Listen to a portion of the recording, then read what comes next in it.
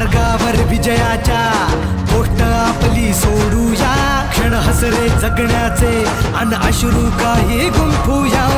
12वी मुलगा आणि मुलगी झाली तर मुलाला शिक्षण द्यायचा प्रयत्न करतात, मुलीला म्हणतात काय तू कुठेतरी सून म्हणून जाणार आहे, आता आपल्याकडे पैसे नाही, बस तशीच घरात, आता लग्न करायचंय। तिचा अधिकार नाही का? तिला शिकण्याचा अधिकार नाही? ती उद्या चांगलं शिकली तर ती पण मोठी कोण कलेक्टर होऊ शकते, डॉक्टर होऊ शकते, इंजिनियर होऊ शकते, पायलट होऊ शकते।